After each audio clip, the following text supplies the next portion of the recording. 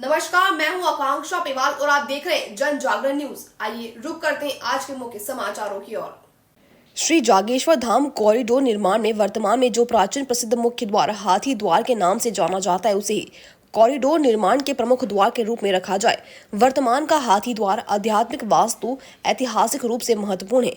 बांदकपुर धाम के इतिहास को लेकर छपी पुस्तक में हाथी द्वार का विशेष उल्लेख है। मंदिर का मुख्य द्वार लगभग 1700 ई में निर्मित है, जो लगभग 400-500 वर्ष पुराना है, जिससे इसका आध्यात्मिक वास्तु और ऐतिहासिक महत्व है। वर्तमान मुख्य द्वार से भक्तजन जैसे ही मंदिर में प्रवेश करते हैं, उनका मुख उत्तर की ओर होता है और भोलेनाथ माता पार्वती जी के साथ उत्तर में ही विराजमान है। शास्त्र अनुसार भी उत्तर दिशा में ही भोलेनाथ का निवास माना गया है।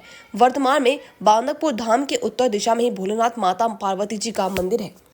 आज हम सभी कॉरिडोर के उपलक्ष्य में कलेक्टर साहब के पास अपनी बात रखने आए थे और उन्हें हर चीज़ जो सत्य है, जो हमारी आस्था से जुड़ा हुआ है, जो हमारी मंदिर प्रांगण से जुड़ा हुआ है, वो सारे यथार्थ चीज़ें उनको बताई और उनको भी ये चीज़ें लगा कि हाँ, ये लोग जो भी लड़ाई लड़ रहे हैं वो सही है। और हमें लगता है कि हम इस मुहिम में जल्द ही कामयाब होंगे। धन्यवाद। जागेश्वरनाथ आज बांदकपुर धाम कॉरिडोर निर्माण के विषय में माननीय कलेक्टर महोदय से भेंट हुई, चर्चा हुई।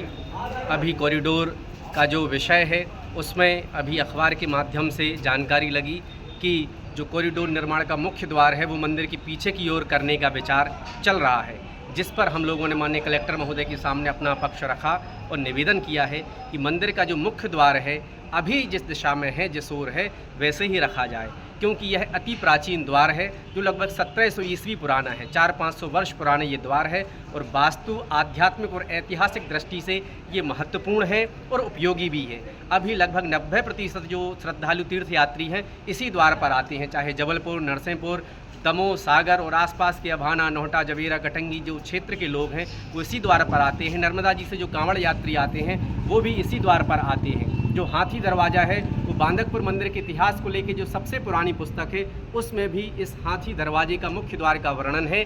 ये अति प्राचीन मुख्य द्वार है जो मंदिर द्वार है और अभी जो श्रद्धालु बांदकपुर जाते हैं तो वो उत्तर की तरफ मुख करके ही मंदिर में प्रवेश करते हैं और बांदकपुर के उत्तर में ही भोलेनाथ का मंदिर और माता पार्वती का मंदिर है।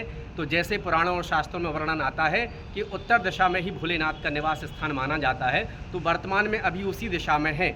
यदि पीछे की तरफ हम दरवाज़ा रखेंगे और कॉरिडोर में दरवाज़ा होगा तो मंदिर फिर दक्षिण दिशा में आ जाएगा, जो कहीं ना कहीं बहुत ही हानिकारक या अन्य संकेत हो सकते हैं।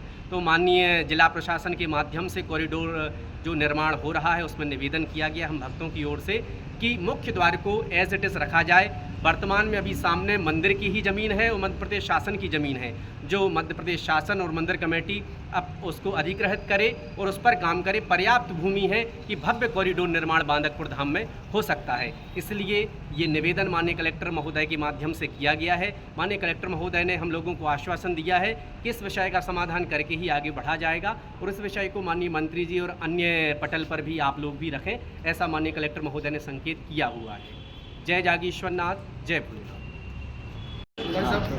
आज हम सभी लोग भगवान जागेश्वरनाथ धाम का जो कॉरिडोर निर्माण की जो हमें सूचना प्राप्त हुई थी उस विषय पर आज हम कलेक्टर साहब से मिले, क्योंकि हमें जो सूचना प्राप्त हुई उसके अनुसार हमें यह जानकारी मिली कि जो वर्तमान समय में बांदकपुर का जो मुख्य द्वार है, जिसे हम हाथी द्वार कहते हैं, जो अति प्राचीन है, उसे बदलकर अब दूसरी दिशा की ओर, जो कि अभी उत्तर दक्षिण दिशा की ओर जो दरवाज़ा है उसकी जगह उत्तर दिशा की ओर नया दरवाज़ा, नए कॉरिडोर बनाने के समय बनाया जाएगा, जिसके विषय में हम सभी ने आदरणीय कलेक्टर साहब को अवगत कराया कि वह द्वार हमारे ऐतिहासिक महत्व का द्वार है और धार्मिक महत्व का द्वार है। साथ ही वास्तु के हिसाब से भी वह द्वार सही बना हुआ है और इसी विषय को लेकर आज हम सभी लोगों ने कलेक्टर साहब से मुलाकात की। कलेक्टर साहब ने हमें बहुत ही अच्छे से मार्गदर्शन दिया और उन्होंने हमें बोला कि हमें किस तरीके से इस विषय को आगे ले जाना है। हम निश्चित रूप से उनके दिए गए मार्गदर्शन का पालन करेंगे और आगे बढ़ेंगे और उन्होंने हमें इस बात पर भी आश्वस्त किया है कि अगर जब तक इस बात पर आम सहमति नहीं होगी तब तक अब किसी भी प्रकार से द्वार का काम नहीं हो पाएगा, चाहे वह इस द्वार को आगे बढ़ाने का या इसका विकास करने की बात हो या फिर नए द्वार को दूसरी ओर बनाने की बात हो।